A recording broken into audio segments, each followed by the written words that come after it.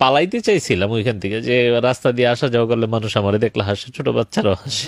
ওহো, তো বড় ভাই মারে বললো যে ওরে খাওয়া দাওয়া দরকার নেই, ওরে ছাই দিবে। তখন আমি সিদ্ধান্ত নিয়েছি যে আমি আর বাড়িতে থাকবো না। তো ও আমার 500 টাকা ধার দিল। আমি আমার সীমাবদ্ধতার জায়গা থেকে এখন অনেকের জন্য অনেক কিছু করি, কিন্তু ওর ওই টাকাটা আমি কখনোই শোধ দিতে পারবো না। এই টাকাটা না হইলে আমি মূর্তি দেব।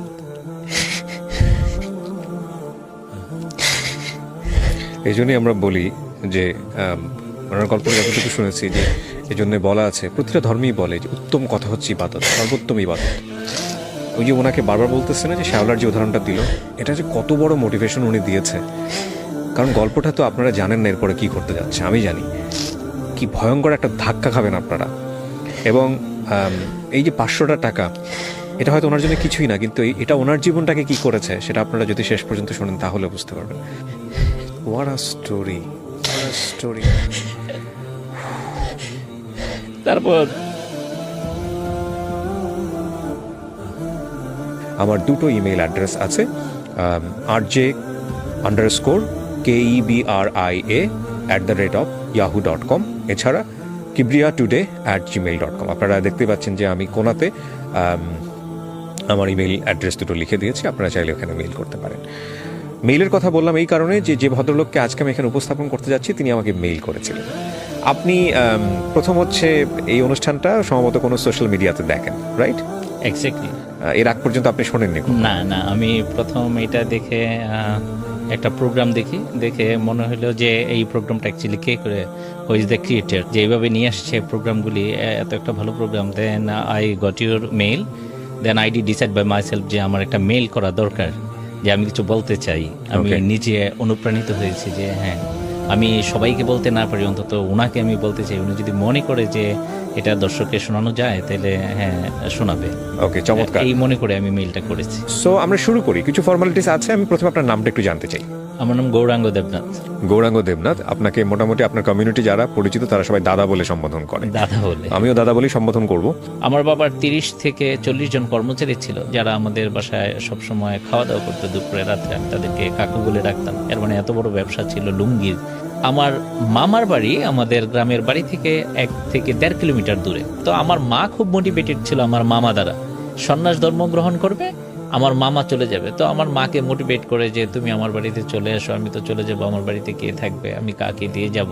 চলে গেলাম শ্রীনগর থেকে রামকৃষ্ণপুর গ্রাম, যেটা এখনো আমাদের গ্রামের বাড়ি, তালিমনগর, গ্রামের নাম তালিম মানে শিক্ষিত নগর। সো ওই গ্রামে আমরা যাই। ওই গ্রামে যাওয়ার 6 থেকে 7 মাসের মধ্যে আমার বাবা মারা যান। তো এইভাবে অনেকটা সময় কেটে গেল, 2, 3, 4 বছর। But then we been face the actual travel, what is the money travel is called. তা আমাদের তখন মানে আমরা 3 বেলা খেতে পারি না, মানে ফ্র্যাঙ্কলি আই এম স্পিকিং, আমরা 3 বেলা খেতে পারি না। আমার বড় ভাই তখন সবে মাত্র 86 সালে মেট্রিক পরীক্ষা দেয়। আমার বড় ভাই তখনকার সময়ে 86 সালে তখন কিন্তু হাতে গোনা হয়তো 10,000 ফার্স্ট ডিভিশন সারা বাংলাদেশে পেত। আমার ভাই he is one of them, first division ছিল তার, মানে এসএসসিতে সায়েন্সের স্টুডেন্ট ছিল। 16 বছরের একটা ছেলে, তখন আমাদের সংসারে হাল ধরে। ভাই সায়েন্সে পড়াশোনা করতো, কোম্পানিগঞ্জে একটা কলেজ ছিল, ওইখান থেকে বাবা মারা যাওয়ার পরে ভাই শুনে ওইখান থেকে সকালে আসছে। আসার পরে ভাই আর ওই কলেজে যায় নাই, উনি তখন আমাদের সংসারে হাল ধরে। ওই বিজনেস তো তখন ওনার মতো মানুষ চালানোর কথা না, 16 বছরের মানুষ, লুঙ্গির বিজনেস, এত বড় বিজনেস, 30 জন কর্মচারী ছিল। আমার ভাই বুঝতো না, বাট টাকা পয়সা সবকিছু শেষ হয়ে গেল কোনো এক সময়। সকালবেলা দুধ নিয়ে বাজারে যেতাম, বাজার থেকে 1 লিটার 2 লিটার দুধ বিক্রি করে টাকা আনলে ওইটা দিয়ে বাজার করা হতো। মানে আমরা কিন্তু ওই জায়গায় ছিলাম। 37 বছর আগে 1 টাকার অনেক ভ্যালু ছিল। আমি 25 পয়সা নিয়ে স্কুলে গেলে আমার পিছনে 4 জন বন্ধুরা আমার পিছনে গুড়গুড় করতো, কারণ 25 পয়সা আমি 4টা আইসক্রিম পেতাম। আমার বাবা 1 টাকা দিত প্রত্যেক দিন, আমার 75 পয়সা সেভিংস হতো ওই জায়গায়। আর তখন ওই যে দুধের কথা বললাম, 1 লিটার দুধের দাম মাত্র 3 টাকা থেকে 3.5 টাকা ছিল। আমার বাবা মারা যাওয়ার পরে ওই আমাদের 2টা গরু, ওই গরুর দুধের উপর আমরা নির্ভরশীল। আমার ভাই তো বিজনেস ফেল করলো। তখন এইগুলি করতে করতে করতে করতে আমি 5 পর্যন্ত পাশ করে ফেললাম। আমার রোল নাম্বার 1, 2, 3 থাকতো, 1 কদাচিৎ থাকতো, হতে পারতাম না। কিন্ডারগার্টেনে হইতাম, প্রাইমারিতে পারতাম না। তো একটা কষ্ট যে ফার্স্ট হতে পারি না, সেকেন্ড থার্ড হই, প্রাইমারিতে বেতন লাগে না। এখানে বলে রাখি যে আমি এই পর্যন্ত আসছি, ঈশ্বর আমাকে নিয়ে আসছে। Nobody can say in my family they been spend for a single penny for my life in the purpose of education, not single penny. আমরা তিনবেলা ভালো খেতে পারতাম না। আমার এখনো মনে আছে, একটা ডিম আনলে তখনও আমাদের বাড়িতে একটা কর্মচারী ছিল, উনি আমার ভাইয়ের সাথে ব্যবসাটা তারপরও ধরে রাখার চেষ্টা করতো। মানে লাভ হইতো না, যা একটু হয়তো সপ্তাহে 100-200 টাকা লাভ হইতো, 400 টাকা লাভ হইতো। ওই দাদা আর ওই কর্মচারী কালিদাস ছিল ওনার নাম, তাদেরকে একটা ডিমের অর্ধেক অর্ধেক দিত, আর আমাদের ছোট দুই ভাইকে একটা ডিমের 4 ভাগের 1 ভাগ দিত। তো আমরা সবসময় ওই ডিমটার দিকে তাকায় থাকতাম যে কবে আমাদেরকে অর্ধেকটা ডিম দিবে, অর্ধেকটা ডিম যদি পাওয়া যেত। তো 6-এও পড়ে ফেললাম, 7-এ পড়ে ফেললাম, 8-এ যখন উঠছি তখন আমাদের পড়াশোনাটা বন্ধ হয়ে যাবে আমার। বাট আমার খুব ইচ্ছে যে আমি পড়াশোনা করব। আমি একটা টিউশনি করা শুরু করি। আমার প্রথম স্টুডেন্ট ছিল নাম জন্টু, ও ক্লাস 2-তে পড়তো। আমার প্রথম টিউশনির টাকা 1 টাকা 10 পয়সা, আমি যখন ক্লাস 4-এ পড়ি। 1 টাকা 10 1 পয়সা। টাকা 10 পয়সা, হিউজ টাকা তখন, 1 টাকা 10 পয়সা। তো 8-এ ওঠার পরে না আর স্কুলে দেওয়া যাবে না, কিছু একটা কাজ করতে হবে। তো মার মামাতো ভাই আছেন, উনি এখন চিটাগাংয়ে থাকেন, দিবাস। উনি তখন কক্সবাজারে থাকতেন। 1991 সালের ঘটনা এটা, তখন আমি মাত্র ক্লাস 8-এ উঠলাম। তো মার মামাতো ভাই আমাকে মাকে অফার করলো যে তোর, আমার মাকে উনি খুব আদর করতেন, বলতো যে তোমার এই ছেলেটাকে আমার কাছে দিয়ে দাও, ও আমার বাসায় থেকে পড়াশোনা করুক। তো মামা তখন একটা ভালো চাকরি করে কক্সবাজার, মিনার এজেন্সি, একটা ফিশিং কোম্পানি। তো আমি 1991 সালের 4 এপ্রিল আমি যাই। সম্ভবত দিনটা বুধবার ছিল। মঙ্গলবারে 3 তারিখে আমাদের এলাকার সবচেয়ে বড় বাজারটা আয়তন প্রায় 2 কিলোমিটার, এক মাথা থেকে আরেক মাথা। আমি বাজারে যাই যে একটা পুরান প্যান্ট কিনবো, কারণ তখন আমার ফুল প্যান্ট ছিল না, আমার শুধু হাফ প্যান্ট ছিল। মানে এটা পরে চিটাগাংয়ে যাওয়ার জন্য। হ্যাঁ, যে কক্সবাজার যাবো, লুঙ্গি পরে তো যেতে পারবো না। তো আমি পাইনি।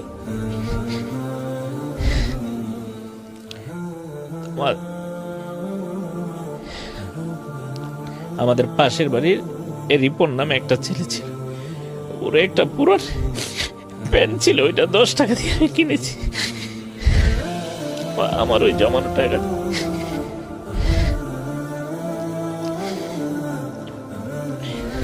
তারপরে ওই পুরান প্যান্টটাই, আমার এই একটাই প্যান্ট আমি নিয়ে যাই কক্সবাজার। তো 91 সালে 29 এপ্রিল সোমবার ছিল, ঘূর্ণিঝড় হয় বাংলাদেশ। তখন তো এত মোবাইল টেলিফোন টেলিগ্রাম এগুলি ছিল না, একটা টেলিগ্রাম অফিস ছিল, ওইটাও ঘূর্ণিঝড়ে শেষ হয়ে গেছে, অনেক লোক মারা গেছে, লক্ষ লক্ষ। আমি সি বিচে গিয়েছিলাম, দেখতাম যে ড্রেউয়ের সাথে হাজার হাজার মানুষ ভেসে আসতো, বালু দিয়ে ডাইকা রাখতো। আমার বাসা ছিল রুমালি আসতো, মানে আমার মামার বাসা। তো এখান থেকে যেতাম, দেখতাম যে কত মানুষ মারা যেত। আমার মা তখন শুধু বিটিভি ছিল, আমার মা পরে এটা বলতো, আমার বলেছে যে টিভির সামনে সারাদিন বসে থাকতো, জানে না তো আমি বেঁচে আছি না মরে গেছি। তো এরপরে কোনো এক সময় যখন যোগাযোগ হয়, প্রায় 1.5 মাস পরে গাড়ি চলে, কারণ চিটং থেকে কক্সবাজার সবটা রাস্তা গাছে ব্লক করা ছিল, সব গাছ পড়ে। তারপরে আমার মা বলছে যে না, আমি জায়গায় আমার সাথে থাকবো, এখানে থাকার দরকার। তো এর মাঝে আবার মামার অন্য ভাইদেরকে মামার সাহায্য করতে হয়, মামারও একটু প্রবলেম। তো মামা আমার শর্ত দিল যে তুমি ওই স্কুলে যদি ফার্স্ট হও তাহলে তোমার রাখবো না, তোমার রাখবো না। আমার খুব ইচ্ছে ছিল, ছোট মানুষ, যে গ্রামে কেন থাকবো, শহরে থাকবো, সারা দুনিয়ার মানুষ ওইখানে দেখতে যায়, আমি ওইখানে থাকতে পারতেছি। দাদুকে মামা ফোন করে বলেছে, ও চিৎকার চেঁচামেচি করে। তো আমার মা বলছে দরকার নাই, মানুষ তোমার মন্দ বলে ওইখানে যাওয়ার দরকার নেই। তো পরে আমার মার্কশিটটা মামা এই পাঠাইছে যে আমি ওইখানে ফার্স্ট হয়েছি। এবং ওইখানে একজন স্যার ছিল, মাসুদ স্যার, উনি আমার এত আদর করতো, এবং উনি আমাকে একটা চিঠিও লেখে যে তুমি আর আসো নাই। উনি আমার অঙ্ক পড়াইতো, ইংরেজিও পড়াইতো, মানে আমি অঙ্কে দুর্দান্ত ছিলাম, উনি আমার বোর্ডে আমারে দিয়ে অঙ্ক পড়াইতো। ওরে বাবা। তো রামকৃষ্ণ স্কুল থেকে আমি 8 থেকে যখন 9-এ উঠি, তখন আমার রোল নাম্বার 8। তো আমার খুব ইচ্ছে যে সে একবার যদি ফার্স্ট হতে পারে। আর আমাদের স্কুলটা অনেক ভালো স্কুল, অনেক ভালো মানে 22টা প্রাইমারি স্কুলের স্টুডেন্টরা এসে ওই স্কুলে পড়তে, আর মানে কোনো একটা প্রাইমারি স্কুলের ফার্স্ট বয় স্কুলে মিনিমাম 22 করে। তো আমার খুব ইচ্ছে যদি একবার হইতে পারতাম, একবার হইতে পারতাম। তা আমি বরাবরই অঙ্কে ভালো ছিলাম, তো ওই হিসেবে 10-এ ঢোকার পরে আমি একটু রিকোয়েস্ট করেছি। সাত্তার স্যার ছিল বাংলা পড়ায়, আমার এত আদর করতো, সবাই আদর করতো আমার, সন্তোষ স্যার অঙ্ক ইংরেজি পড়াইতো আমার। তো আমি বললাম যে আমি স্কুলের হোস্টেলে থাকবো। তো হোস্টেলে থাকতে হলে এই শর্ত মানতে হবে, এইগুলি করা যাবে না, সব এটা কুমিল্লাতে? কুমিল্লাতে, হোমনা রামকৃষ্ণপুর। রাইট। তো রামকৃষ্ণপুর গ্রাম, তো ওইখানে আমি হোস্টেলে থাকলাম। তো আমার ইচ্ছা যে আমার একবার ফার্স্ট হইতে হবে, টেস্ট হোক টেস্ট হোক যে কোনো সময়। পারি নাই। তো এরপর শেষ পর্যন্ত আমি 94 সালে মেট্রিক পরীক্ষা দিলাম। মেট্রিক পরীক্ষায় আমি আমার স্কুলে ফার্স্ট হয়েছি। স্কুল থেকে? স্কুল থেকে, আমার স্কুল থেকে আমি 798 পাইলাম। আচ্ছা, তখন তো স্টার মার্কস। তখন আমি 5টা লেটার সহ আমি সায়েন্স থেকে। আচ্ছা, 5টা লেটার মার্কস। তো সায়েন্স থেকে কেন হইলাম, এটার পিছনের হইলো যে আমার বড় ভাই যে ডাক্তার হতে পারে নাই, ওনার ইচ্ছা যে আমার ডাক্তার বানাবে। তো এরপরে সিদ্ধান্তটা হয়তো এক সেন্সে ভালো হয়েছে, আরেক সেন্সে খারাপ হয়েছে। আমি আবার গ্রাম থেকে আসতে চাই না এইবার। আমার first boy 7, second boy, first boy ছিল 9 পর্যন্ত ছিল তফাজ্জল, আর 10-এ উঠা মহসিন হইল। মহসিন এখন চাকরি করে ডক্টর মুশাররফ হোসেন কলেজে ফিজিক্সের টিচার। সে পরে জাহাঙ্গীরনগর ইউনিভার্সিটিতে পড়াশোনা করেছে। আর তফাজ্জল অ্যাকচুয়ালি কিছুই করতে পারে নাই। আমি সবসময় বলতাম তফাজ্জলের he is the ship of English. ও যখন ক্লাস 6-7-এ পড়ে দুর্দান্ত ইংলিশ বলতো। এটা একটা অদ্ভুত জিনিস, মানে সৃষ্টিকর্তার একটা খেলা। আমি জানি না, এটা আপনি বলছেন তো আমার সাথে অনেক কিছু মিলে যাচ্ছে। আমি আমার স্কুল জীবনে যাকে ফার্স্ট বয় পেয়েছি সে জীবনে কিছুই করতে পারে নাই। হ্যাঁ, এবং এমন হয়েছে যে কলেজ জীবনে সে ব্যাক বেঞ্চার ছিল, কিন্তু ঢাকা ইউনিভার্সিটিতে সে দুর্দান্ত সাবজেক্টে পড়াশোনা করেছে। এগুলো কিন্তু মানে ভয়ঙ্কর রকম ভাবে কিছু না কিছু মোমেন্ট পুরো লাইফটাকে চেঞ্জ করে দেয়। রাইট, বলেন তারপর। তো এরপরে পরে আমি গ্রাম থেকে আসবো না, কিন্তু আমার বড় ভাই বলছে গ্রামে থাকলে তুমি খারাপ হয়ে যাবে। আর আমার বড় ভাই আমাদেরকে পড়াইতো, আমরা ছোট দুই ভাইকে পড়াইতো। প্রত্যেক বৃহস্পতিবারে বিকালে পরীক্ষা নিত আমাদের। তো পরীক্ষা নিত কি, বলতাম যে আমরা কি পড়বো, কিসের। তো বলতো যে বইয়ের এই 10 পৃষ্ঠা থেকে 20 পৃষ্ঠা বা 20 থেকে 30 পৃষ্ঠা কালো লেখা যেগুলি, এগুলি সিলেবাস। তো বইয়ের মধ্যে সবই তো কালো লেখা, এর মানে কোনো ধরাবাধা কোনো প্রশ্ন নাই, সব পড়তে হবে। তো এরপর আমার লেখা তখন একবারে বিশ্রী ছিল, আমি পড়তে পারতাম না। তো শুক্রবারে সকালে আবার খাতা দেখবে, তো আমার বলতো রিডিং পড়ো, রিডিং পড়লে নাম্বার দেবো, কিন্তু আমি রিডিং পড়তে পারতাম। আচ্ছা, মানে এমন ছিল, আমার লেখা এত খারাপ ছিল। এটা কিন্তু 4, 5, 6 এর গল্প বলছি। তা আমি যখন ক্লাস 8 পড়ি, চিটং কক্সবাজার যখন ছিলাম, ওইখানে এক ভাইয়া ছিল আনিস ভাই চিটং মেডিকেলে পড়তো। তো একবার গেল বাড়িতে, যে বাড়িতে ভাড়া থাকতাম, বলছে এইগুলি কি লেখো, কাওয়ার্স কিছু হইলো, লেখা সুন্দর করে। আমি বলছি কিভাবে সুন্দর করবো, এত বছর চেষ্টা করে পারি না। বলছে আজকে যাবা, স্কুল থেকে আসার সময় সবগুলি সাইনবোর্ড দেখে আসবে, আইসা চোখ বন্ধ করে 5 মিনিট চিন্তা করবো কোন জায়গায় কোন সাইনবোর্ড ছিল, এরপরে ওই অক্ষরগুলির মতো লেখার চেষ্টা করবো। And believe it, I have changed my handwriting within 70s। এখন আমার লেখা অনেক সুন্দর, আমারটা নিজেরটাই নিজে বলছি, অনেক সুন্দর। ঠিক আছে। দাদা 92 সালে শহরে চলে আসে, আমি তো 94 মেট্রিক দিই। চলে আসলাম শহরে, শনি রাখড়ায় থাকি। তখন ঢাকা কলেজে ভর্তি পরীক্ষার ফর্ম কিনতে হলে 800 মার্কস লাগবে, ফর্ম কিনতে পারলাম। নর্ডেমে আমি চান্স পাই। আচ্ছা, নর্ডেমে চান্স পাই নাই, আর ঢাকা কলেজে আমি ফর্মই কিনতে পারিনি। 800 মার্কস লাগতো ঢাকা কলেজে ফর্ম কিনতে। তো এরপরে আমার দাদা ঢাকা ছাড়া আমার পড়াবে, বলছে তুমি পড়তে হলে ঢাকাই পড়তে হবে আমার সামনে থেকে। ঠিক, তো আমি ভর্তি হলাম কি সরকারি কলেজে ভর্তি করা, কারণ বেসরকারি কলেজে পড়াইতে পারবে। ঠিক আছে, এত টাকা দিয়ে দাদা তখন মানে 1000 টাকা ঢাকা কলেজের ফর্ম কিনতে পারি নাই। তারপরে 2 দিন গিয়েছি, যারা ছিল ওইখানে ফর্ম বিক্রি করে, বলছি ভাই 2 নাম্বার কম, একটা ফর্ম দেন, চান্স পাইলেই তো ভর্তি করাবেন না। তো বলছে আমি গ্রামের, যেহেতু এত শহরের রুলস রেগুলেশন বুঝি, তারপরে ওই যে বিচারমানি তালগাছটা আমার যদি একটু সুযোগ দেয়। তা আমি 2 দিন গিয়েছি পরপর, ভাই একটা ফর্ম। বলছে ফর্মটা নিয়ে তো আপনি পরীক্ষা দিলে আপনি যদি ফার্স্ট হন এখানে আপনি ভর্তি করাবেন না, কারণ আপনি তো ডিসকুয়ালিফাই, আপনার ওই নাম্বারটাই নাই। তো যা হোক, পরে আমি ওই শুনে একটা দাদা থাকতো ওইখানে, দাদার সাথে থাকলাম, ওইখানে ভর্তি করাইলো আমাকে সোহরাওয়ার্দী কলেজ, পুরান ঢাকার শহীদ সোহরাওয়ার্দী কলেজ, লক্ষ্মীবাজার। তা আমার দাদা আমাকে 2 টাকা দিত। 2 টাকা মানে 1 টাকা আসার সময় শুনে একটা থেকে যাত্রাবাড়ি, আর যাত্রাবাড়ি থেকে হেঁটে আসতাম আমি লক্ষ্মীবাজার। আবার যাওয়ার সময় লক্ষ্মীবাজার থেকে যাত্রাবাড়ি হেঁটে এরপরে 1 টাকা দিয়ে শনি রেখা 12 নম্বর বাসে আসা যাওয়া করতাম। তো দাদাকে অনেক রিকোয়েস্ট করলাম যে এখানে তো আমি কিছু কুলাতে পারছি না, ক্লাস হয় না, এখানে সরকারি কলেজ, আর তখন মারামারি হতো সরকারি কলেজে, মারামারি হতো, ক্লাস হয় না, আমরা গ্রামে ট্রান্সফার করে দেন, আমি ওইখানে চলে যাব। বলছে না, এখানে সব ছাত্ররা পড়াশোনা করে ভালো করে। তো যখন উপায়ন্তর না দেখি, তো আমি বলছি একটা মানে নিজে একটা বুদ্ধি বের করলাম যে বলি সব প্রাইভেট পড়তে হবে, তাহলে তো আর পড়াইতে পারবে না, আমি জানি যে পড়ানো সম্ভব। তো বলছে যে ঠিক আছে, সবগুলি 1 মাস করে প্রাইভেট করে সব শেষ করতে হবে। তো আমি বলছি তো ঢাকা শহরে কেউ পারায় না, সারা বছর প্রাইভেট পড়াইতে হবে। বলছে তুমি 1 মাস করে পড়লে পড়ানো দেবে না। তো পড়লে পরে কি সবাই যেখানে 250 টাকা 300 টাকা মাস, উনি আমার বললো যে খুঁজে বের করো সবচেয়ে কমে কে পড়ায়। তো বের করলাম একজনে 150 টাকা দিয়ে পড়ায়। তা আমি একবারে শুরুতে বলছিলাম যে আমার জন্য কেউ পয়সা খরচ করে নেই, ওইটা আবার এখন ক্লারিফাই করি, আসলেই খরচ করে নেই, কারণ ওটা তো আমার জীবনে কোনো কাজে লাগে নাই। তাই ওনারে গিয়ে রিকোয়েস্ট করলাম, স্যার আমি 150 টাকা দিব, উনি হিন্দু ভদ্রলোক ছিল, আমার আপনি একটু কষ্ট করে একটু বেশি পড়াই দিন, 1 মাসের চেয়ে একটু বেশি, 1 মাসের চেয়ে।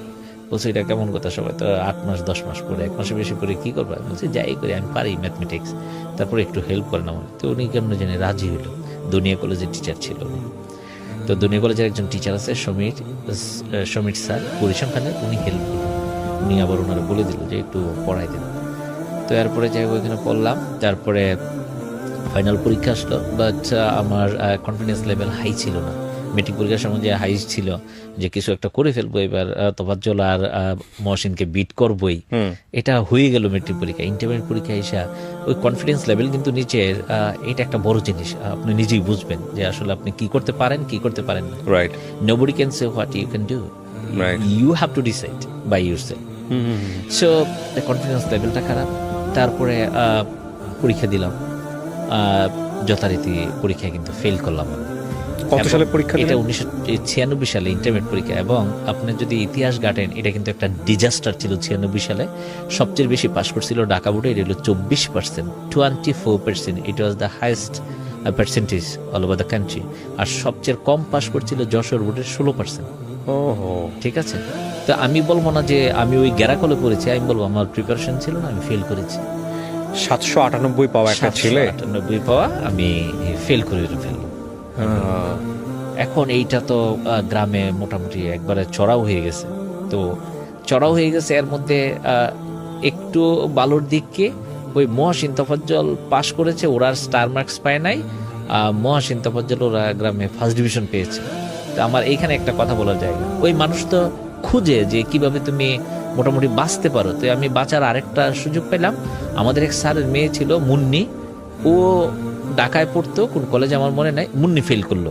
এটা একজন আমার তথ্যটা দিল, মানে সহযাত্রী খুঁজে পেলেন? সহযাত্রী খুঁজে পেলাম, যে অন্তত বলার জায়গাটা আমার হলো যে কে আমি একলা ফেল করেছি, আরো কত মানুষ তো ফেল করেছে। মুন্নিও তো স্টার মার্কস পেয়েছে, 881 পেয়েছে, 781, ও ফেল করেছে। তো কি আমি একটু জাস্ট ইন্টারাপ্ট করছি, যারা এখন পর্যন্ত এতটুকু শুনেছেন তাদেরকে আমি বলবো গল্পের আসল জায়গা শুরু হচ্ছে এখন। বিশেষ করে এসএসসি এবং ইন্টার পড়ুয়া ছাত্রছাত্রীদের জন্য এই এপিসোডটা যে কত ইম্পর্টেন্ট এটা বলে শেষ করা যাবে না। বলেন তারপর। তো এরপরে ফেল করলাম। ফেল করার পরে সিদ্ধান্ত নিতে নিতে কিছুদিন কান্নাকাটি করলাম, মন খারাপ, এই সেই। তো আমারে এই জায়গায় সাহস জুগিয়েছে তখন আমার এক ফ্রেন্ড ছিল তৌফিক, ও এখন বিসিএস ক্যাডারে চাকরি পেয়েছে। তখনকার সময়ে সে একবারেই পাশ করেছে, সে নরডেম কলেজে পড়তো মানবিক বিভাগে। তৌফিক এখনো আমার সাথে অনেক ভালো বন্ধুত্ব, মোটামুটি সপ্তাহান্তে কথা হয়, অনেক ভালো বন্ধু আমার। তো বলছে এটা কোনো ব্যাপার না, কত দল মানে গোল খায়, পরে আবার গোল দিয়ে ফার্স্ট হয়ে যায়, চ্যাম্পিয়ন হয়ে যায়, তুই পারবি, চেষ্টা কর। তো দ্বিতীয়বার পরীক্ষা দেওয়ার সাহস তৈরি করলাম যে পরীক্ষাটা দেই, কিন্তু মাথা থেকে এটা যায় না। মজার বিষয় কি জানেন আমি কিসে ফেল করেছি? আমি ম্যাথে ফেল করেছি, ম্যাথমেটিক্স। যে ম্যাথে আপনি এত ভালো, ম্যাথমেটিক্স বই নিয়ে এইভাবে পড়ে রইলাম যে ম্যাথে আমি ফেল করলাম। নাম্বার তো তখন দেখা যেত কিসে ফেল করে। এবার দ্বিতীয়বার পরীক্ষা দিলাম 1997 সালে। ফ্যামিলির মানুষজনের সাথে কথা নাই, বার্তা নাই, আমার জন্য ফর্ম ফিল আপ করবো কিনা এটা সিদ্ধান্ত নিতে পারতেছে না। আমাদের ফ্যামিলির সিদ্ধান্ত নেওয়ার একজন লোক চলে আসে, আমার বড়দির হাজবেন্ড, উনি আমাদের ফ্যামিলির সিদ্ধান্তগুলি তখন নিত যে পরীক্ষা দিব কি দিব না। ওকে ফাইন, সিদ্ধান্ত হলো পরীক্ষা দিব। এই সিদ্ধান্ত নিতে নিতে কিন্তু অলরেডি আরো আরেক বছর যে পরীক্ষা দিব এখান থেকে 5 মাস চলে গেছে, তাহলে আমার হাতে আছে আর মনে করেন 6.5 মাস। তো এই সময়টাতে ডিসিশন কি হচ্ছিল, মানে পরীক্ষা দিবে অথবা কাজে কর্মে লেগে যাবে? কিছু একটা করবে, ওরে দিয়ে আর পড়াশোনা হবে না, পড়াশোনা হবে না। আর আমি বয়ে গ্রামে চলে গেছি, আমার ভাইয়ের সামনে আর থাকবো না, আমি গ্রামে চলে গেছি। ভয় মানে? হ্যাঁ, যে কি হবে কি হবে। আচ্ছা। সো পরে সিদ্ধান্ত হলো পরীক্ষা দিব, ওকে ফাইন। তো পরীক্ষা দিলাম, ম্যাথমেটিক্স এমন প্রিপারেশন নিলাম, বাকি যে সাবজেক্টগুলি আছে ওগুলি ভুলে গেছি, বাকি সাবজেক্টগুলি আমি ভুলে গেছি। 97 সালে আমি আবার ফেল করলাম, ভয়াবহ ডিজাস্টার। 97 সালে আমি আবার ফেল করলাম, মানে 96 সালের চেয়ে পার্সেন্টেজ এবার বাড়লো, বাট আমি ফেল করলাম। আমি সোহরাওয়ার্দী কলেজ থেকে আমি হেঁটেই গেছি, আমার মনে আছে এখনো। 6টার দিকে আমি রেজাল্টটা পাইলাম, আমি 9:30টার দিকে শনি রাখতে গেছি। আমি হাঁটতে পারতেছিলাম না, যে আমার রোল নাম্বারটা ওইখানে নাই। এখনকার মতো তো আর তখন রেজাল্ট চেক করা যায়। মানে জাস্ট যদি এটা ফিল করি, আমি এসএসসি ইন্টার দুটোতে স্টার পাওয়া, মানে আমি যদি আপনার জায়গায় চিন্তা করি, মানে জাস্ট জীবনে সেন্সলেস একবারও হই নাই, এটা ভয়ঙ্কর। তো আমি দোতলায় রেজাল্ট শিটটা দিছি, আমি দোতলা থেকে নামতে পারতেছিলাম না, যে আমি তো কারো কিছু বলতে পারবো না যে আমি ফেল করছি। তো ওই সময় আমার মেজ দিদি ঢাকায় থাকে, দুনিয়া। আমরা ছোট যে 2 ভাই, আমার নাম গৌরাঙ্গ, আমার ছোট ভাইয়ের নাম নিতে। আমার ওই ছোট ভাইকে আমার শেষ দিদি খুব পছন্দ করতো, শিপ্রা দিদি। আর আমার মেজ দিদি আমার পছন্দ করতো। কোনো কিছু ভালো খাবার হইলে আমার মেজ দিদি আমার জন্য একটু রাখতো, আমার শেষ দিদি আমার ছোট ভাইয়ের জন্য রাখতো। তাই আমি তো বাইরের সামনে যেতে পারবো না, আমি আমার বোনের বাসায় চলে গেছি বয়, যে কি কর। পরের দিন গ্রামে চলে গেছি। তো এখন তো আত্মীয় স্বজন যে, মানে গ্রামে গেছি, মানুষ দেখে আমার হাসে যে ও এমন ছিল, ঢাকা গিয়ে এমন। গ্রামের মানুষ যা হয় আর কি, টিপিক্যাল গ্রামের মানুষ। তো আমি বাড়ি থেকে বের হইতে পারি না, তো কি করব কোনো তো সিদ্ধান্ত নিতে পারি না। তারপর আমার এখনো মনে আছে, আমাদের গ্রামে একজন দাদা ছিল, অশোকদা, মানে আমরা অশোক বলতাম, ওনার নাম একাডেমিক নাম হলো অসিত রায়। উনি এখন আমেরিকায় থাকেন। উনি আমাদের যে অনেক সিনিয়র। আমি যখন 5-এ পড়ি তখন উনি, না 6-এ পড়ি তখন উনি মেট্রিক পরীক্ষা দেবেন, কিন্তু আমাদের সাথে খেলাধুলা করতো। ওই যে বললাম গ্রামে চুরি, আম চুরি, জাম চুরি, আমাদের একটা গ্রুপ ছিল 16 জনে। যার বাড়িতে যা হবে আমাদেরকে দিয়ে খেতে হবে, নতুবা কেউ খেতে পারবে না। আমরা কাঁচাগুলি বেরিয়ে ফেলে দিতাম যে আমাদেরকে না দিলে। তো অশোক দা একদিন আমার ডাকলো যে গৌরাঙ্গ, আমি শুনছি উনি গ্রামে তখন ঢাকা ইউনিভার্সিটিতে পড়ে, পলিটিক্যাল সায়েন্সে। তো উনি বলছে, কারোর কিছু বলা দেখো না, তুমি না আবার চেষ্টা করো, তুমি পারবা, দেখবা। আর এখানে যদি না হয়, আমি বলছি যে হয়তো আমার বাড়ি থেকে বিদেশ পাঠাই দেবে বা কিছু। বলছে তুমি বিদেশ যাও, গিয়ে কোনো একটা জায়গায় ভর্তি হবা, দেখবা বিদেশে গেলেও তুমি ভালো রেজাল্ট করবা, আমার বিশ্বাস তুমি তো পারবা। অথবা তুমি কম্পিউটার কোনো কিছুতে ভর্তি হয়ে একটা কোর্স করে আসবা, এদেশে এসে ভালো চাকরি করো। আমার এখনো মনে আছে, বিকালে বসে উনি আমার এগুলি বলছে।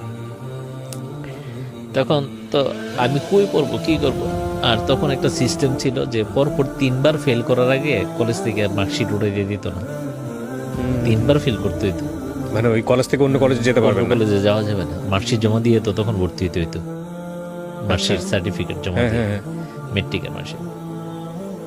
তো আমি ঢাকায় আসছি ওনার কথাটা শুনি যে আমি কি করব। তো তখন আমার যে বন্ধু, ওই যে তৌফিক আমার বলছে তুই এখনো শেষ হয়ে যাসনি। তৌফিক আমারে তখন বললো যে গৌরাঙ্গ, তোর অবস্থাটা এখন নদীতে একটা মনে কর খড়কুটা পড়ছে, ওই খড়কুটাটা ঢেউয়ে শুধু বাসতেছে। এটা 1 সপ্তাহ পরে এটার মধ্যে একটু শ্যাওলা জন্মাবে, তারপরে এই শ্যাওলাটা আর একটু বড় হবে, তারপরে এটার সাথে একটা কচুরিপানা আটকে যাবে, তারপরে এই কচুরিপানা অনেক বাচ্চা দিবে, অনেক বেশি কচুরিপানা হবে, তারপরে এটা বিরাট প্রবল আকার ধারণ করবে। তখন ওই ঢেউ আর স্রোত এসে ওইখান থেকে আটকায় আবার বিপরীত দিকে চলে যাবে। তুই এখন ওই খড়কুটার মতো বাসতেছিস, তোর জীবনে একটা সময় আসবে যারা এখন তোরে দেখে এইভাবে হাসাহাসি করে, তারা তোর সামনে আসবে না, মাথা নত করে থাকবে। তো তোর জীবনে হয়তো ওই সময়টার জন্য আল্লাহ হয়তো এই কাজটা করছে। আমার এখনো বিশ্বাস তুই জীবনে কিছু একটা করে ফেলবি। তো ওর সাথে আমি যাত্রাবাড়ি দেখা করি, ওর বোনের বাসায় ছিল ওই দিন যাত্রাবাড়িতে। ও হলে থাকতো 123 নম্বর রুমে। আচ্ছা। সেইয়া মানে বিজনেস ফ্যাকাল্টির একবারে সামনে, হতভম্ব হয়ে গেছি মানে একবারে কমন হল, যেটা সূর্য সেন হলের 123 নম্বর রুম, একবারে লিফটের পাশের রুমটা থাকতো। তো তারপরে আমি চিন্তা করলাম যে না, আমি যেভাবে পারি আবার নতুন করে আমি শুরু করব। আমি নিজে সিদ্ধান্ত নিলাম যে যা আছে কপালে আমি আবার প্রথম থেকে শুরু করব। তো 1997 সাল, এটা সম্ভবত 10ই আগস্ট রবিবার ছিল। আমি বোর্ডে আইসা একটা অ্যাপ্লিকেশন, আমার ওই সুরওয়ার্দী কলেজের একজন ভদ্রলোক আমার একটা বুদ্ধি দিল, দারোয়ান। বলছে আপনি এখান থেকে এটা পাবেন না, বোর্ডের প্রধান যে ওনার কাছ থেকে যদি আপনি সিগনেচার আনাইতে পারেন তাইলে এখান থেকে আমি এটা উড়াই দেবো, আপনি কারোর ঘুষ টুস দিতে হবে না। এর মানে ঘুষের প্রচলনটা তখনও ছিল। বলছে এখানে ঘুষ দিতে হবে না আপনি, আমি ওনারে বলছিলাম, আমার কেউ কেউ বলছে টাকা পয়সা দিয়ে উঠাইতে পারবেন, বলছে ঘুষ লাগবে না, কেউ দিবে না, আপনি ওইখান থেকে সাইন নিয়ে আসেন। সাইন আনলেও ঘুষ লাগবে, বলবে দেওয়া যায় না, এই না সেই না, কিন্তু আমি আপনারটা নিয়ে দিব। তা আমি রবিবারে গেলাম, প্রচণ্ড বৃষ্টি ছিল ওই দিন। আমি 8:45 দিকে গেছি, 9টায় খুলবে শিক্ষা বোর্ড। তো আমার অনেকজন কি ভাই কাগজ চাকরি বলছি না, এমনি আসছে, আমার দরকার আছে। হাতে ওই কাগজটা, কোনো ফাইল টাইল নেই, শুধু কাগজটা মানে অ্যাপ্লিকেশনটা। তো দাঁড়াইছিলাম, খোঁজ নিলাম যে উনি মানে কর্তা ব্যক্তি। তো ওনার রুমের সামনে গেছি, বললাম যে স্যার এমন এমন, আমি গ্রামের ছেলে, আমি পরপর 2বার ফেল করছি, কয়েকবার চেষ্টা করে একবার ফেল করে, এরপর তো এমনি পেয়ে যাবা। তো উনি আমার প্রথমে এটা বললো, এটা 9:15 দিকে ঘটনা। তো ওনারা আমি বললাম যে এমন এমন, আমি গ্রাম থেকে এসেছি, এখানে কোপ আপ করতে পারি না, আমার যদি একটু হেল্প করেন, আমার মার্কশিটটা ওঠানোর অনুমতি দিলে আমি আবার গ্রামে চলে যাবো। তো বলছে এইভাবে দেওয়ার তো নিয়ম নাই, 3বার ফেল করতে হয়, তুমি আরেকবার কষ্ট করে পরীক্ষা তো যদি ফেল করো তাহলে তো এমনি পেয়ে যাবে, আর পাশ করলে তো করলাই। তাই আমি বলছি না, আমার মার্কশিটটা দেন, আমি গ্রামে চলে যাবো, এখানে আমার থাকার জায়গা নেই, কিছু নেই। বলছে না, দেওয়া যাবে না। তো এটা 9:30 দিকের ঘটনা। আমি বাইরে দাঁড়াইছিলাম, ওই দিন প্রচণ্ড বৃষ্টি হয় রবিবার। তারপরে সারাটা দিন দাঁড়াইছে, এর মধ্যে ওনার কাছে অনেকেই তো আসছে সারাদিন, দেখি অনেকজন যাচ্ছে, কথা বলতেছে, কিন্তু ওই বাইরের দারোয়ানেরা বলে রাখছে যে আমার যেন আর পারমিশন না দেয় ঢোকার জন্য। তো 11টার দিকে, 11:30 দিকে একজন ভদ্রলোক, উনি আরও উপরে, উনি 3 তলায় অফিসটা ছিল আমার মনে আছে, উনি হয়তো 5-6 তলায় বা কোথাও বসে, উনি দেখে গেছে। বলছে তুমি দাঁড়ায় আছো, আমি তো সকালে দিয়ে গেছি, এখানে দাঁড়ায় আছো কার জন্য? আমি বলছি ওনার সাথে কথা বলছে, কথা বলো না। আমি বলছি আর একটু কথা বলে দেওয়া হচ্ছে, কিন্তু আমি পারমিশন পাচ্ছি না। তো উনি হয়তো বস, এই জন্য হয়তো কিছু বলতে পারে নাই, বা কাজে আসছে, বা পরিচিত হইতে পারে, বস পরিচিত। তারপর উনি কিছু বলে নাই। তো বিকাল, আমার এখনো মনে আছে সব কিছু, 4:30টার দিকে ওই ভদ্রলোক আবার নামছে, দেখে যে আমি যে জায়গায় দাঁড়াইছিলাম ওইখানে বসে আছি, পাগলি নিচে দিয়ে কাগজটা হাতে নিয়ে। বলছে তুমি কিসের জন্য আসলে? আমি বলছি আমি 2বার ফেল করেছি, আমার এই মার্কশিটগুলি যদি অনুমতি দেয়, ওনারা ছাড়া নাকি কেউ দিতে পারবে না, তো অনুমতি দিলে আমি এগুলি নিয়ে গ্রামে ভর্তি হবো, আমি পড়াশোনা করতে চাই। তো উনি আমার সাথে 2-3 মিনিট কথা বলেছে, কিভাবে ফেল করলা, কি এত ভালো রেজাল্ট করে কেন ফেল করলা।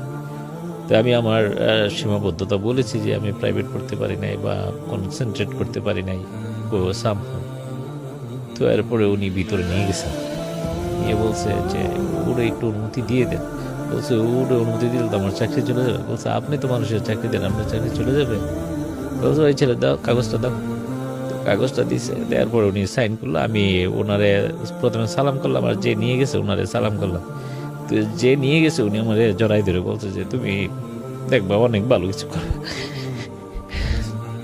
তো ওই দিন বিকাল হয়ে গেছে, আমি মার্কশিটটা উঠাইতে পারি নাই, কলেজে গেছি, কলেজ বন্ধ হয়ে গেছে। তো পরের দিন 11 তারিখ আমি গেলাম, গিয়ে মার্কশিটটা উঠাইছি, উঠাইয়া কলেজে গেছি। কলেজে যাওয়ার পরে 625 টাকা লাগবে, তো আমার কাছে তো টাকা নাই, ভর্তি তখন ভাবলাম যে এগুলি উঠাইলাম তাও ভর্তি দিতে পারবো না। তা আমার কাছে 140 টাকার মতো ছিল। তা আমার এক বন্ধু ছিল নাদিম, ও এখন বিদেশ থাকে। তো ওরে এসে বললাম, ও বলছে আমি তোর টাকাটা দিব, তুই ভর্তি হ।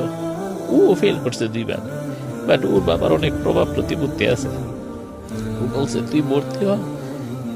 আমি সোহরাওয়ার্দীতে পড়তাম, সরকারি কলেজে মার্কশিট রাখতো, কিন্তু তেজগাঁ কলেজে মার্কশিট রাখতো না। ও তেজগাঁ কলেজে পড়তো, ওর কাছে মার্কশিট ছিল, ও আগেই ভর্তি হয়ে গেছে।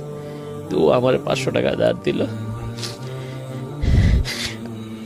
আমি আমার সীমাবদ্ধতার জায়গা থেকে এখন অনেকের জন্য অনেক কিছু করি, কিন্তু ওর ওই টাকাটা আমি কখনোই শোধ দিতে পারবো না। এই টাকাটা না হইলে আমি মরতে দেব।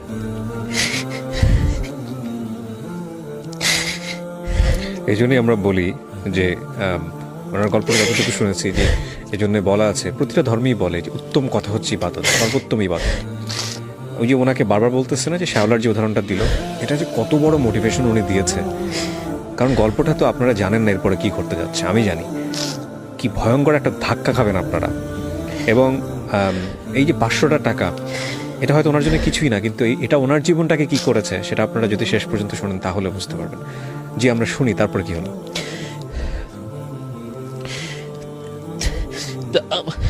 আমাদের বাড়িতে আগে নাদিমদের বাড়ি ছিল, আমাদের বাড়ি আগে।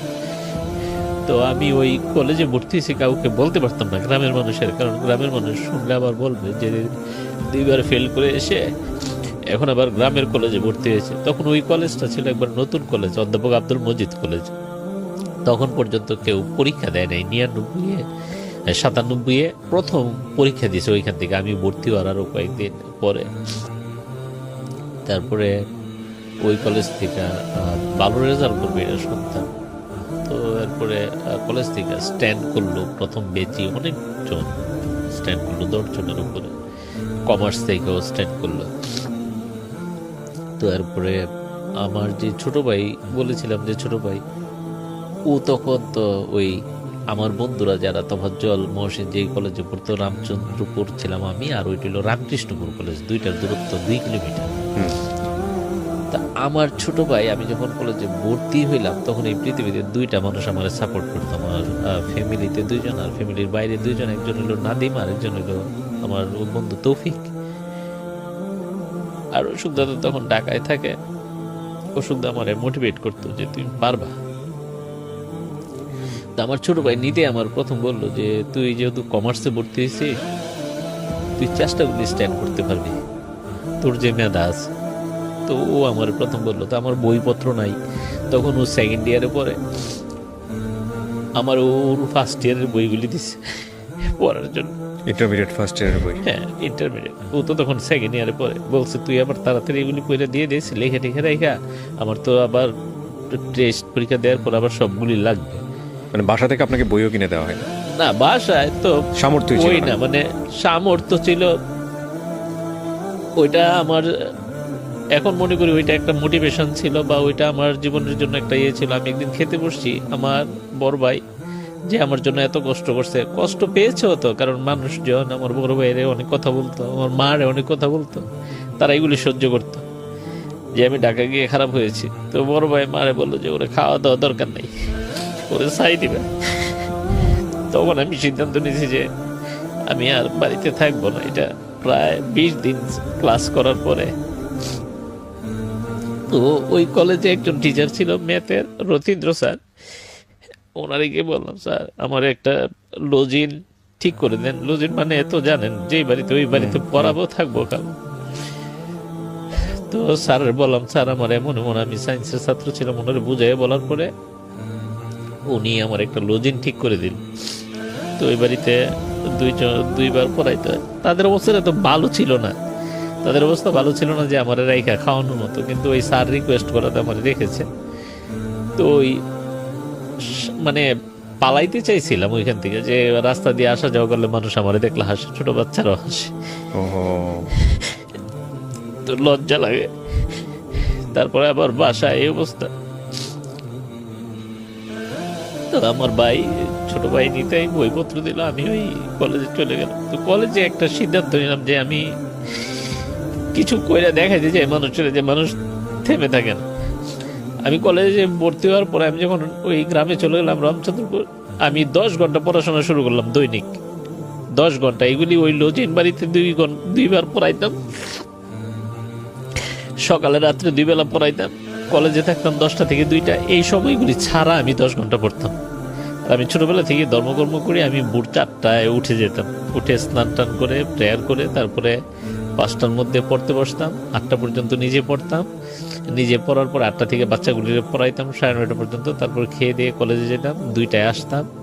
আইসা খেয়ে দিয়ে একটু রেস্ট নিয়ে 3টা থেকে টানা পড়তাম একবারে টানা 5টা পর্যন্ত 2 ঘন্টা পরে ওদেরকে আবার পড়াইতাম, এরপরে ওদেরকে 7টা মতো পড়াইয়া আবার 7টার সময় পড়তে বসতাম। একবার খেয়ে পড়তে বসে যেতাম, আমি তাদের এখানে খেয়ে পড়তে বসে যেতাম। ওই 10 ঘন্টা আবার হইলে আমি ঘুমাই যেতাম, যে 10 ঘন্টা আজকে পড়া শেষ। কোনোদিন যদি 9 ঘন্টা পড়তাম, পরের দিন আমি 11 ঘন্টা পড়ে ফেলতাম, যে কালকে 1 ঘন্টা আমার পড়া কম হয়েছে। তো আমি 4 মাস পরে দেখি ফার্স্ট ইয়ারে কোনো পড়া নাই আমার, আমি সব পারি। তাই আমি আমার ছোট ভাইয়ের বলছি যে আমি এগুলি সব পারি। বলছে তুই পড়লে দেখবি তুই ভালো রেজাল্ট করবি, তুই অনেক ভালো রেজাল্ট করবি, স্ট্যান্ড করবি। তা আমরা ভালো ছাত্র, আমার আগের বেঁচে 93 সালে রামকৃষ্ণপুর স্কুল থেকে তহিদুল ইসলাম নামে এক ভাই, তহিদ ভাই 10ম স্ট্যান্ড করে। তো গ্রামের সাংবাদিক যায়, তা আমার মা আমাদেরকে বলছে তোমরা নাকি ভালো ছাত্র সবাই বলে। তখন তো আমরা আমি মেট্রিক পরীক্ষা দিব, আর আমার ছোট ভাই তখন 8-এ পড়ে, 2 বছরের জুনিয়র। তোমাদের জন্য তো সাংবাদিক আসে না। তো আমার মারে বুঝাইছে যে উনি স্ট্যান্ড করছে, এই জন্য আসছে। তো পরে আমার তখন ইন্টারমিডিয়েট যখন ভর্তি হয়, তখন আমার মনে হয়েছে যে আমার মার আশার আমার পূরণ করতে হবে কোনোভাবে। তো আমি 11 ঘন্টা পড়তাম, 12 ঘন্টা পড়তাম, 13 ঘন্টা পড়তাম। তো পড়তে পড়তে আমি কলেজে যখন প্রথম পরীক্ষাটা হইলো, প্রথম ফার্স্ট হই কলেজে। আমার সাথে আমার বন্ধু বলতে তেমন কেউ ছিল না, আমার সাথে কথা বলতো না, বলতো আদু ভাই। 2বার পরে আইসা আমি যে বেঞ্চটায় বসতাম, প্রথমে কেউ বসতো না, একদম পিছনের দিকে, কোনার দিকে। আমি পিছনে বসতে পারি না, আমার লজ্জা লাগতো পিছনে বসলে। আমি সবসময় স্কুল কলেজের সামনে বেঞ্চে বসতাম। ওই বেঞ্চে কেউ বসতো না? না, আমার সাথে কথা বলতো না, বসতে যেত না প্রথম।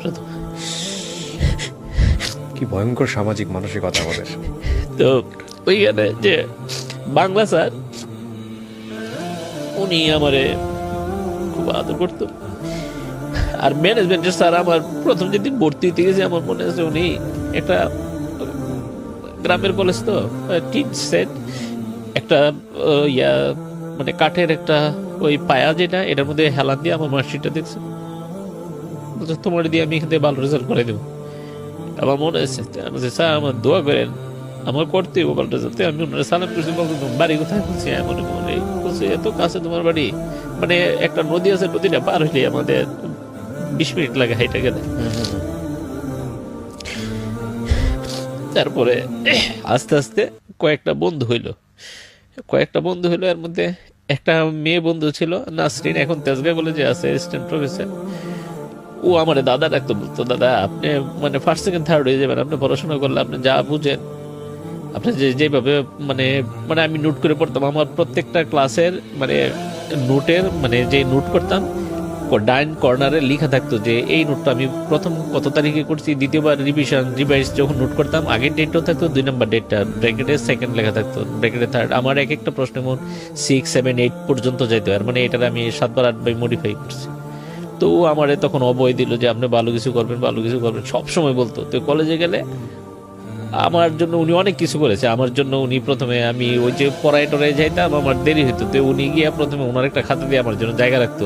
আমি বলতাম যে আমি পিছনে বসতে পারি না, লজ্জা লাগে, তো উনি আমার জন্য জায়গা রাখতো। আমি শুধু এতটুকুই বলতে পারি যে ফ্যামিলি মেম্বাররা যদি কেউ দেখে থাকেন, তাহলে বলবো যে প্রত্যেকটা সন্তান যারা এসএসসি এবং ইন্টার পড়ুয়া আছে, তাদের প্রত্যেককে এই গল্পটা আপনারা অন্তত 5 বার দেখাবেন। এবং আমি বলি যে আমাদের যেরকম টেস্ট পেপার যেরকম গলার মালা হয় এসএসসি পরীক্ষার সময়, বিভিন্ন স্কুলের প্রশ্নপত্র, কিংবা আমি জানি না এটা এখন হয় কিনা, ইন্টারে যেরকম মালা হয়, আমি মনে করি ওই মালার সাথে এই মালাটা থাকা উচিত। এই গল্পটা শেষ পর্যন্ত শোনেন। তো এরপরে ফার্স্ট ইয়ার থেকে সেকেন্ড ইয়ারে উঠবো, আমি ফার্স্ট হইলাম কলেজে। আচ্ছা, কলেজে ফার্স্ট হইলাম, তখন আমার অনেক বন্ধু বান্ধব হয়ে গেছে। এর মধ্যে একটা না আমি বলি যে মফিজ ছিল, ও আমার কন্টেন্টেড ছিল কমার্সে। তারপরে আরো কয়েকজন ছিল, আব্বাস, ওই নাসরিন ম্যাডাম, নাসরিন আপা। তারপরে সায়েন্সের অনেকগুলি ভালো বন্ধু ছিল আমার, মহিউদ্দিন, তারপরে আবুল কালাম আজাদ, মানবিকের ছিল আলমামুন। এক একজন এক এক জায়গায় টপ লেভেলে আছে এখন, সবাই। তো আমি তখন তো ওই লজিন থাকি, তো আমি ওদেরকে বললাম যে আমি এইভাবে থাকি, আমার যদি হোস্টেলে থাকতে পারি, তাহলে তোমাদের সাথে থাকলে আমার আরো পড়াশোনার মানটা ভালো হবে। তো বললো যে এখানে তো সিট নাই, আসলে সিট ছিল না, এখানে 12 জন থাকতো ওরা একটা হোস্টেলে। তো এর মধ্যে আমি যে বাড়িতে লজিং থাকতাম, তাদের অবস্থা খুবই খারাপ হয়ে গেল। আমি নিজে দেখতেছি যে একটা অতিরিক্ত মানুষের যে তারা খাবার দিবে, ওই ক্ষমতাটা তাদের নাই। তা আমি মানে একটু বিবেক তো আমার আছেই, যে আমি হয়তো পড়াই, তাদের পড়ানোর দরকার নেই, ছাত্রছাত্রীগুলো বেশি ভালো ছিল না, ও তো তারা হয়তো ওই স্যার রিকোয়েস্ট করছে এই জন্য রাখছে আর কি। বুঝতে পেরেছি, হ্যাঁ। রাখছে। তো আমি, আমারই আর ক্লাসমেট ছিল,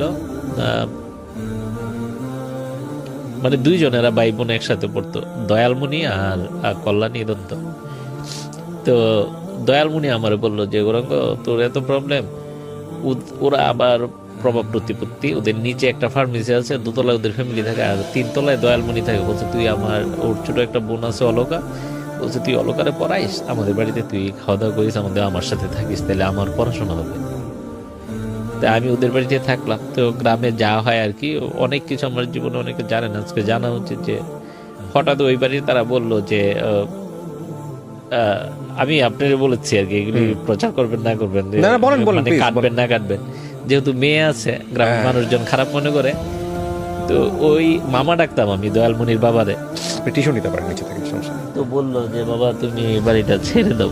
তো আমি তৎক্ষণাৎ, মানে আমি কি করব বুঝতে পারছি না, যে আমার খাওয়ার জায়গাটা বন্ধ হয়ে যাচ্ছে, কারণ আমার ফ্যামিলি মানুষের সাথে তখন কোনো যোগাযোগ নেই, শুধু আমার ভাই আর আমার মার খবর পাই আমি ওই রামচন্দ্রপুর বাজার, তো বড় বাজার যে বললাম, মানুষজন গ্রাম থেকে আসে, আমি শুনি মা কেমন আছে।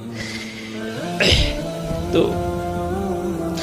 আমি তখন ওই যে মফিজ, আজকে এখানে আসার আগে ওর সাথে আমার 1 ঘন্টা কথা হয়েছে ওখানে, 1 ঘন্টা 59 মিনিট। তো গ্রুপে ও অনেকের নিয়ে আসছে, কথা বললাম। তো মফিজ তোমার সিটটার মধ্যে আমারে দাও রাত্রে একটু থাকার জন্য, আমি দিনে দিনে বাইরে থাকবো, কলেজে থাকবো, কলেজে পয়লা রাত্রে এসে তোমাদের সাথে থাকবো। তো বলছে তোমার খাওয়া দাওয়া, আমি বলছি আমার এক কাকাতো বোন ওই গ্রামে থাকে, আমি বলছি আমার কাকাতো বোনের বাড়িতে আমি খাওয়া দাওয়া করবো। আসলে ওই হোস্টেলে থেকে যে টাকা দিব খাবার, ওই টাকা আমার ছিল না।